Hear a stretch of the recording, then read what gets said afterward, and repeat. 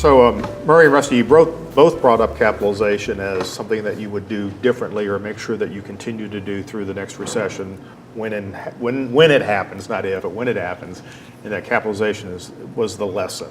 So how do you decide, tell me about the capitalization thought process. How do you rationalize capitalizing in a down economy? How do you make those choices? You're trying to affect the bottom line any way you can, and an easy target for us has been what gear are we cross-renting. That's usually the priorities, and some years we find ourselves using up our entire CapEx budget just to get the equipment we needed, and like I say sometimes, well, there's nothing speculative in this. We're just buying what we needed last year. But that's an easy line to influence, and any time that you can take out a cost like that, that's dollar for dollar will drop to the bottom line. And you got to get utilization up in order to, our people come to us and they have already done all the research of everything they want to buy. And they have a list about 3 times as big as we're going to actually spend. But the things that make it to the finish line for us to buy are how many times did we need it last year? How much is this a part of what we're providing to customers? And what's our utilization on the stuff that we've already bought in that area? So, Murray, I have a sense that you're probably more inclined to make a strategic purchase. Well, absolutely, absolutely. I mean, there are sort of 3 types of purchases that we do in the equipment world. One is obviously what Rusty was just saying, of equipment to replace stuff that we're cross-renting. The second is new technology that gives us an advantage in the marketplace, either by greater capability, better resolution, whatever. And the third is a speculative purchase of an item out there that we look at that we go, a light bulb goes off. Oh, we can sell this to our clients. This answers a need that our clients might not realize they have. And surprisingly, if you look at the history of AVFX, the items that have defined the company have been that third category of looking at something and going, oh, this is interesting. We can do something with this. We see the benefit of this, and we can sell this to our customers. I remember some of those products. Yeah, absolutely. Giant scrollers that never worked. Well, yeah, the DFS 500 was one of those. But we didn't know we needed one until we had one. Yeah, our seamless plasma. Another perfect example. One of the things that we're focusing on right now are seamless switchers. I don't think any of the manufacturers are building the right seamless switcher for the new environment we're in. So we're essentially building our own out of parts from different manufacturers. Interesting. Interesting. So, Mark, capitalization in your business, a little bit different model. How do you decide to buy another 1,000 computers? Yeah, it's different, because we could run our business with no equipment. We rely on, our great, subcontractor partners and to provide equipment in many cases. So, we look at, the same thing Murray and Rusty said, is where there's opportunities potentially to reduce our cost of goods sold, the same kind of things that we're renting over and over again. For us, though, these have to be shippable things too. So things that things that we can ship from our warehouse in Chicago easily and inexpensively, so that that make that cost of goods sold equation work. We go into like Murray said, there's a lot of opportunistic things. I mean, we went real heavy into, as I said before, iPads, when it looked like no one else was surging forward with these, and kind of a leap of faith and moving on those. And we also, a big thing over the last few years is just depreciation tax deductions. There's been such huge, generous, depreciation allowances with the bonus depreciation in Section 179, and so we, that changed the equation pretty big when you could, write off all of this equipment. So we got real aggressive for a few years in a row there where there was some big deductions. So you reduced taxable income, took advantage of that. Now, aren't you afraid that you just kicked the can down the road, and now you've got to buy even more aggressively in order to regain the depreciation that you need to run your business? Probably. Yeah. But it seemed to work. But I didn't have to pay that tax that year, you know. So, I'm a. Yeah, no, yeah, you're probably no, yeah. It was a bird in the does. hand, but yeah. Sure. Next year's problem. Yeah. Next year's problem.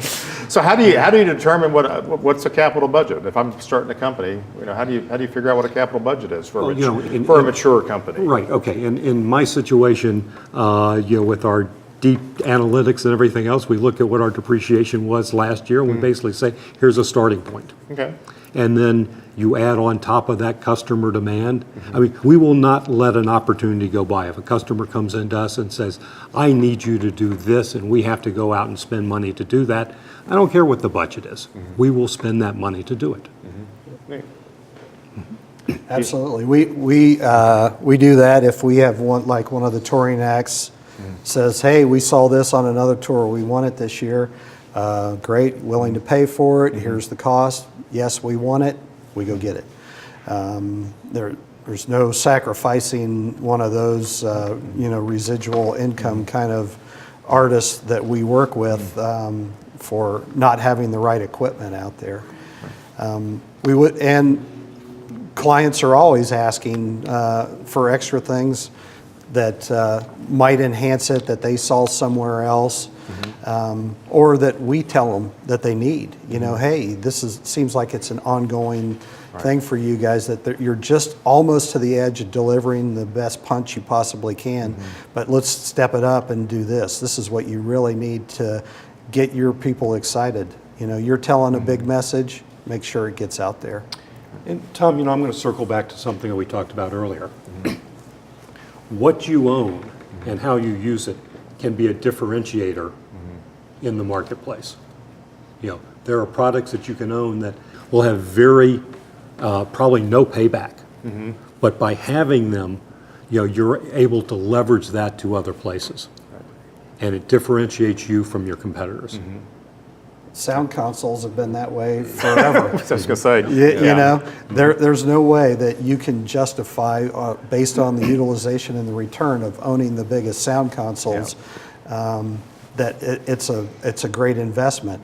But it certainly is when you're putting out the best available product in front of your customers, where somebody else is, really taking it on the cheap end and putting something small and unusable out there. And it's, we're at the end of 2013, it's almost 2014. Is having products like that, does that still matter? Oh, yeah. Oh, absolutely. It's having the products and having the vision of what you can do with them and why they're special, and communicating that to your clients. Okay, good. Plus, if you can design an event out of your own inventory, that's another competitive advantage. If you don't have to go out and cross-rent it, if you need to drop your price on your own items, that's the great thing about a rental company, and that's what I love about a rental company in a recession is that at the end of the day, you get the gear back to try again, and you can go for a different price the next time. You don't have that opportunity in an integration business. You sell it for what you sold it for the one time, and if you didn't get enough margin, that's what you live with. Which of you, or how many of you actually do fiscal budgets? Do a budget for the coming year that says, here's our projected revenue, here are our expected expenses, and extrapolate that and set a target? Yeah, We do. we do. You do? You do? Nope. No.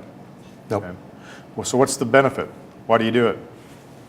Don't say your consultant said to do it. That's not. We have to. We have private equity partners. They want, as much as I'm data hungry, they're worse.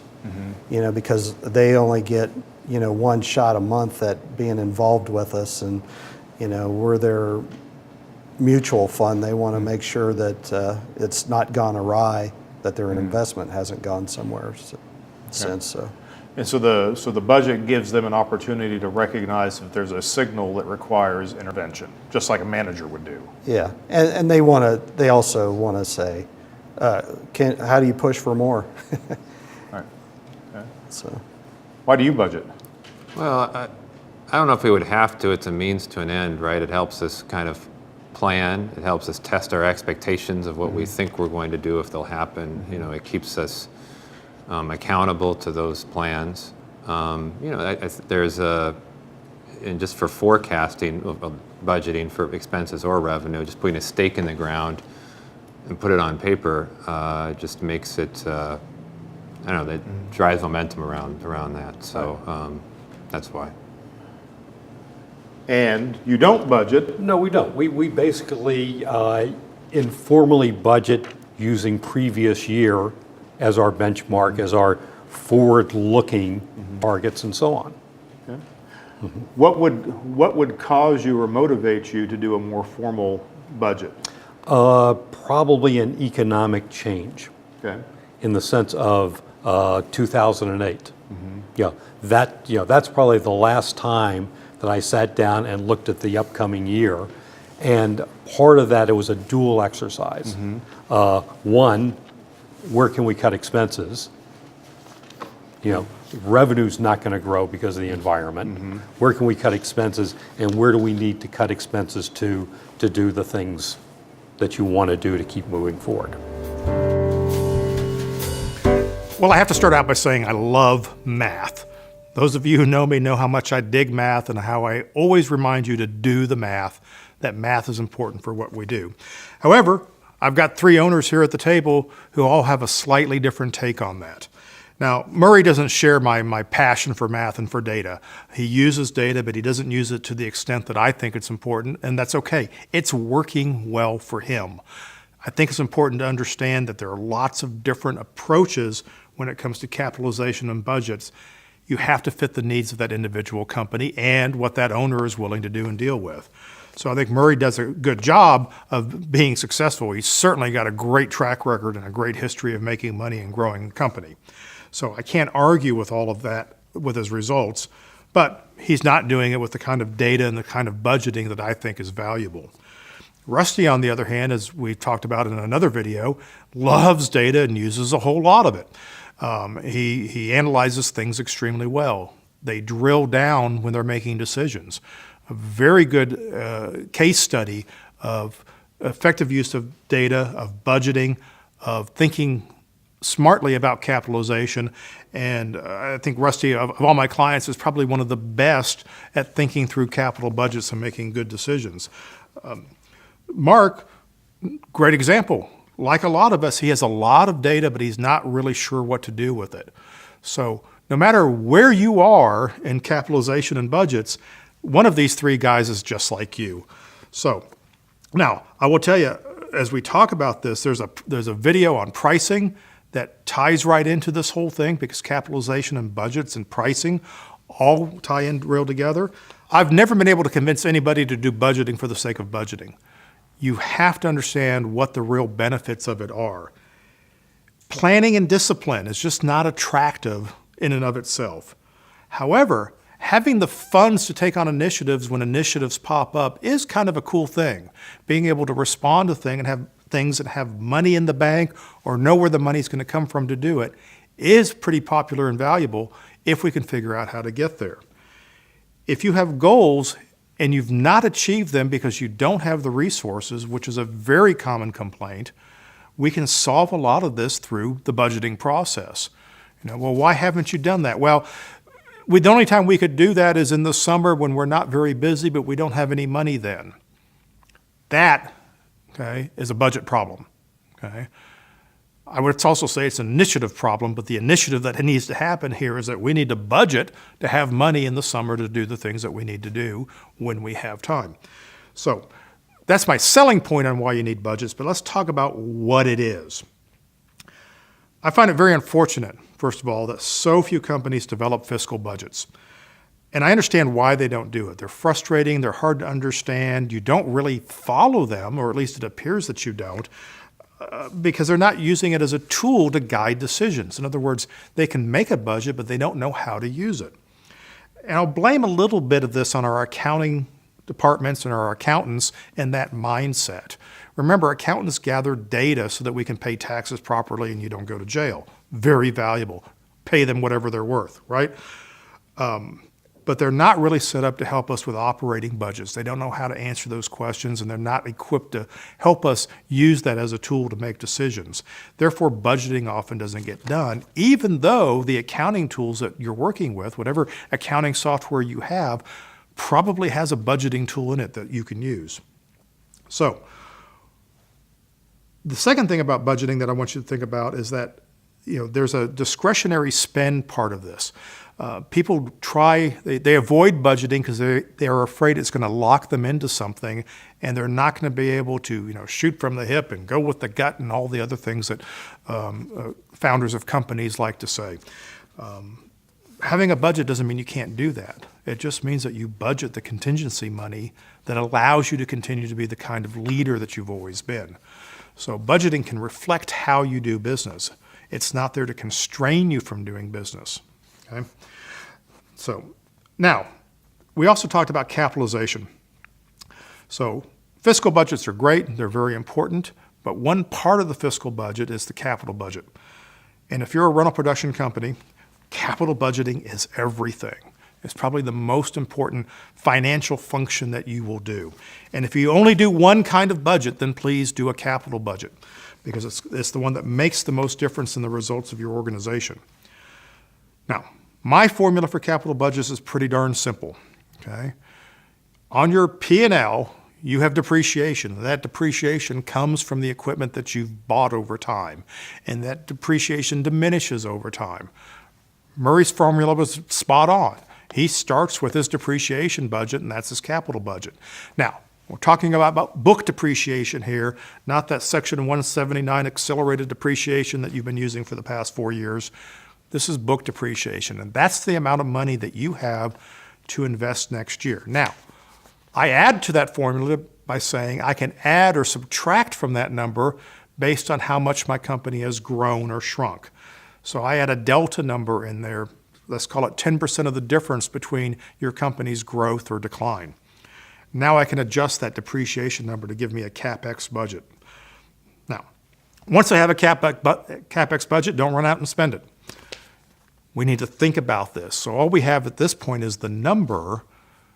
The budgeting process is how do we spend it. Again, I'm going to try and give you a simple formula. If your CapEx budget is $1 million, well, you're a pretty darn big company. You're a $10 million company or larger. Half of that budget is going to go to reducing subrentals and replacing older equipment, just like Rusty was talking about. Okay? We got to look closely at those expenses and how do we reduce our subrental expense, because that money goes straight to the bottom line. Half your money needs to go to that. About 25% of your CapEx budget needs to go towards improving your strategic position. In other words, sometimes you have to buy things that make you look good but may not make good fiscal sense. We might call it marketing spend or business development spend, but we know what these things are. If we need to move into a large venue HD projector because that's the kind of customers that we're courting, we might need to have that in our inventory so that we can sound more legitimate and look more committed to that marketplace. That's a strategic buy. If you try and put that into the other budget saying, well, we cross-rented a lot of HD video projectors last year, I will tell you from experience that very often the math doesn't justify the expense. So you need some money for strategic spend. And that last 25% is really what I call contingency money. First of all, you don't spend it in the first half of the year because your year may change. Things may not work out the way you planned, and you might need to reduce your cash spend for new equipment. However, you might develop a new client or find a new piece of business or decide to move into content production and need to make some capital purchases that aren't like the rest of your business. So they're beyond strategic. Okay? There's not an immediate application for that. They're speculative. So save some money for that. Now, if you're going to maximize that CapEx budget, remember half of it is to reduce subrentals. You need to also work on your subrental resources. Okay? You need to improve your subrental spending in the process. Improve your partners. Negotiate with them. Sometimes negotiating with a subrental supplier is more cost effective than buying the equipment itself. Okay? That's the beauty of budgeting. It forces us to look at things in a lot of different ways because I want to maximize the return on my spend. So, let's wrap up here with some planning advice. If you're looking at your budget for the coming year, you need to start with revenue. Let me tell you how to do a revenue plan. Okay? If I did $1 million in business last year, okay, that was regular repeat business, clients we do business with all the time. If I'm doing my revenue budget for the coming year, I'm only going to put 80% of that number on there, $800,000. If I have $1 million worth of contracted business, guaranteed by agreement that we're going to do these jobs, I can bank on it. I can get a loan based on it. I'm going to count that budget at 1.25 times its face value. So $1 million worth of business is worth 1.25 million on my revenue budget. Why? Because you're freeing up resources that's going to allow you to sell other places, and you have guaranteed opportunity for change orders and other growth against those contracts. They're worth more money to you. Okay? Everything that's left over in my business, that ad hoc business, the things, people that you do, shows you do every once in a while, customers you see every once in a while, I can only take half of that number and put it in my budget. Take all of that, add 2 to 4% of gross domestic product growth, economic growth to it, depending on what's going on to the economy. Not a big number, by the way. I need now I need an action plan to make up the rest. So if your plan is to grow 10% revenue this year, based on what I just described, you've got to go out and find at least 25% more business than you did last year. Okay? You need an action plan for that. Now, remember that a P&L is not a great budget tool. We've talked about the importance of P&Ls for accounting purposes and taxes, but you've got budget tools in accounting software that you can learn to apply to this project. Focus on discretionary spend, okay? In one of the other videos, Mike Maduri talks about the most important thing that he's learned in his career, and that was to focus on cost of goods sold. These are discretionary spending things that you can improve upon. And for everything that you do, anything that you're trying to improve upon, you need an action plan. You can't just say, we're going to do 5% better on this.